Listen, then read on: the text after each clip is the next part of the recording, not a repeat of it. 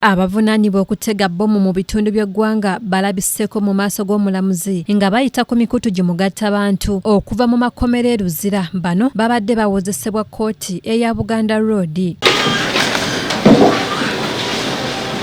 Oludda oluwaabi lutegeezezza kkooti ng'abavunaanwa bwe balina okusimbibwa mu kkooti ey'ensi yonna ewozesa bakalintalo nga bwe beeteekerateekera okuwulira omusango guno. Investigations in this case are complete.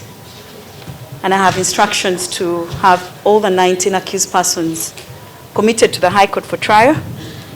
I have a copy of the indictment and a summary of the case. Singitho Patricia akulembeddemu oludda oluwaabi asomedde abavunaanwa emisango egibavunaanibwa okuli ogw'obutujju, okwegatta akabinja k'abatujju kw'ossa n'okwenyigira mu bikolwa eby'ekitujju. Oludda oluwaabi lwakwesigama ku buwaayiro 21 obulumiriza abavunaanwa okuli ebiddagala ebyakozesebwa okukola bbomu zino, amasimu agaakubibwa abavunaanwa kw'ossa n'ebifaananyi ebyakubwa n'ebirala bingi. This evidence links them to one Mansour Uthman, who blew himself up at Central Police Station, Kampala, on November 16th. Geoffrey Tulyamusiima awakanyizza oludda oluwaabi bw'ategeezezza kkooti ng'abavunaanwa 11 bwe batalina kusindikibwa mu kkooti ya nsi yonna ewozesa bakalintalo. There is the criminal jurisdiction of this matter. In simple terms, if the accused persons were even on other counts, that would be different.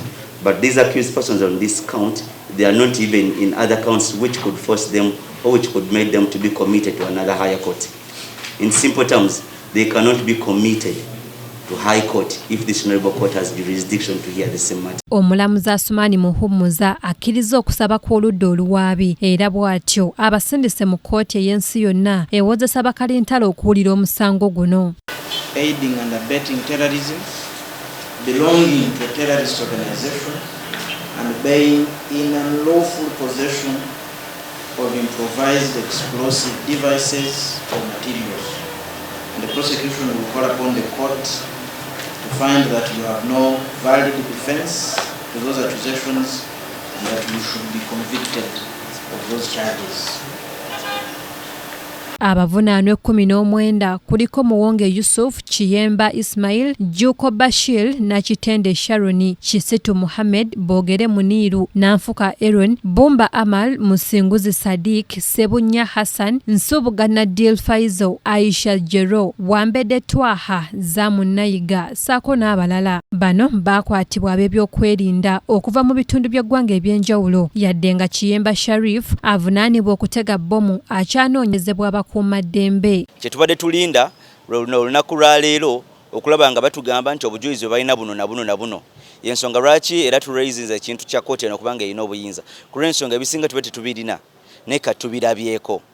Kitegeeza ki nti ffe batuwa obujulizi tugende maaso n'omusango. Tulinamu ebintu ebyenjawulo okugeza omuntu omobile money omugamba nti abadde oba weewaawo naye agwa mu kibiina ky'abatujju. Nga mu kitundu bamumanyi wa mobile money, bamanyi wasula, LC mumanyi. Tulinamu abalala abagenda n'ebintu ebyenjawulo ne beekweka mu abafamire babatwala. Wadde nga bano emisango egibavunaanibwa baajeegaana bavunaanibwa okuttega bbomu mu Central Police Station ne Parliament Avenue mu Kampala. Omwafiira abantu abandi ne balumizibwa. Omulangira Jonjo Moses yakusakidde eggulire lino ku KTV amalindirire.